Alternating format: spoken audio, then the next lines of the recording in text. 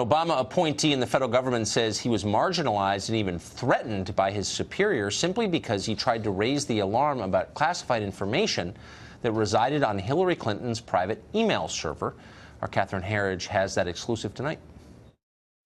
There was personal blowback to me, to my family, to my office. Few people know more about the Clinton emails and the fallout than Charles McCullough, the former internal watchdog for the U.S. intelligence community. What should the American public know about those 22 top secret Clinton emails? I've heard people say this is overblown. I've heard people say this is much ado about nothing. Had the information been released, there would have been harm to national security. So putting lives at risk. Absolutely. Sources and methods, lives, operations. Speaking exclusively to Fox, McCullough says he went to Director of National Intelligence James Clapper about a year before the presidential election. The intelligence agencies had just found their classified information in the Clinton emails.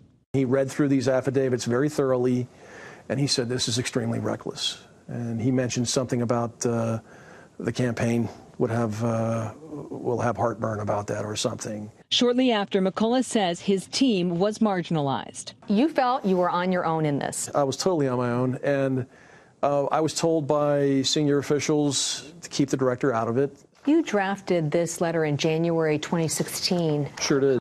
In the letter, McCullough told Congress that emails beyond top secret passed through the former Secretary of State's unsecured personal server. All of a sudden, I became a shill of the right. I was told by members of Congress, be careful, you're losing your credibility. There are people out to get you. By February 2016, Clinton campaign emails released via WikiLeaks suggest McCullough was a target. I think there was certainly a coordinated strategy. In fact, I not only think it, I think it very, very much so. Based on evidence? Yes. Even though the FBI email investigation was far from complete, the Clinton campaign nailed down its talking points. Was there an effort to deliberately mislead the public about the classified emails? Absolutely. There was an effort certainly on the part of the campaign to mislead people into thinking that there was nothing to see here. Frankly, the thing that disappointed me the most was the president saying, there's classified and then there's classified. A lot of people in the intel community spend a lot of time keeping secrets secret. And to sort of inject that sense of confusion into people, I don't think was altogether responsible. As Election Day approached, McCullough says the threats went further, singling him out and another senior government email investigator. You were given a warning? I was told that we would be the first two to be fired with her administration, that was definitely going to happen. Is that how it's supposed to be? No, I was, in this context, a whistleblower. I was explaining to Congress, I was doing exactly what they had expected me to do, and all of a sudden I was the enemy. More than 2,100 classified emails passed through Clinton's personal server, and to this day, no one is accountable. If you had done this, what would have happened to you? I'd be sitting in Leavenworth right now. Fox News asked a spokesman for the Clinton campaign, the office of a senior Senate Democrat, as well as the former director of national intelligence for comment, but there was no immediate response. McCullough recently retired after 26 years of government service. He told Fox News today that he's grateful now to tell his story, Tucker. And that is the story. Catherine Herridge, thank you very much for that. Richard Goodstein advised Hillary Clinton's 2008 and 2016 campaigns, and he joins us tonight. Richard, this isn't really a political story so much as it's a story about bad government, corruption. I mean, it's kind of a classic whistleblower story. Here's a guy who's a permanent government employee. He's the inspector general. He's not some low-level character. And he finds wrongdoing. He brings it to light, and his job is threatened. I mean, that seems like something you want to get to the bottom of.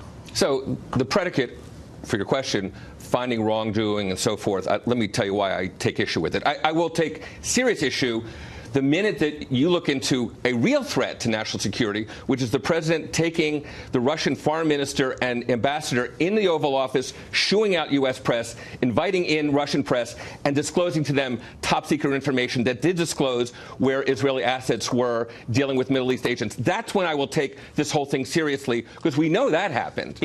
So in other words, because you disapprove of the current president's behavior, nothing that happened before his election is but I'm just saying that's known. What you're talking about is something that's theoretical. And you talked about wrongdoing. Where's the theoretical part? So we know that there were classified... Stop. We don't. I'm sorry. I don't mean to be rude. James Comey testified under oath. The only time he testified under oath, he said there were three documents that were marked classified. We know at least one of which was a condolence call to the president of Malawi. Wait, hold on. You're missing it.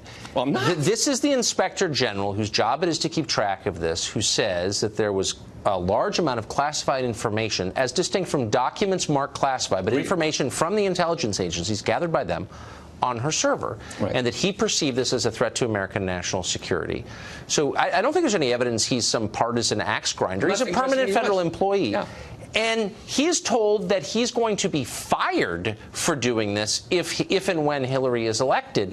That's why we have whistleblower statutes, to protect the freedom of people like that to tell the truth so our government doesn't become third world. Yeah. Does that make sense? I'd love to cross-examine him and these people who said that they were in a position to say for sure that he was going to be fired. That sounds like the kind of thing that, you know, at the end of an administration you kind of are fearful of. But again, this all will be taken seriously when the 6 people in the Trump White House, from Bannon, Trebus, who use private emails and private servers, are kind of examined. Is it really as simple as partisan tit for tat? I mean, by the way, I would say that if there's ever found to be classified material on a private server operated by a current White House employee, I'll be the first to jump on him and say, you can't do that. That's illegal, by the way.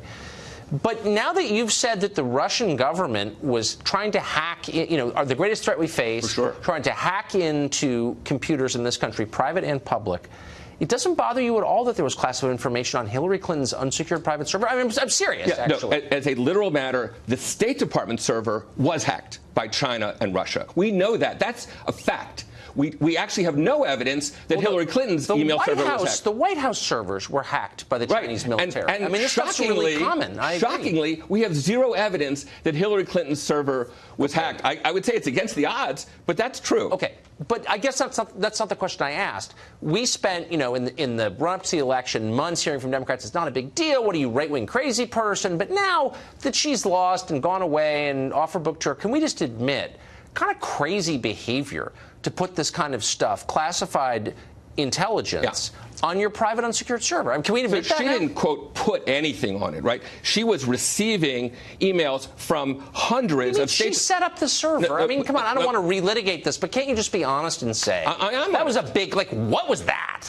And by the way, if you did that and you heard the IG say it, you'd be in jail. Yeah, I have a theory as to what it was, which traces back to, you know, how the Clintons had their private quarters kind of poured over during the 90s, but that's a different story. I have no basis for that. All I'm saying is that I don't think she was reckless. Okay. She certainly didn't do anything illegal. The statutes either call for intent to disclose or espionage. I don't think her worst critics think she did either of those. Yeah.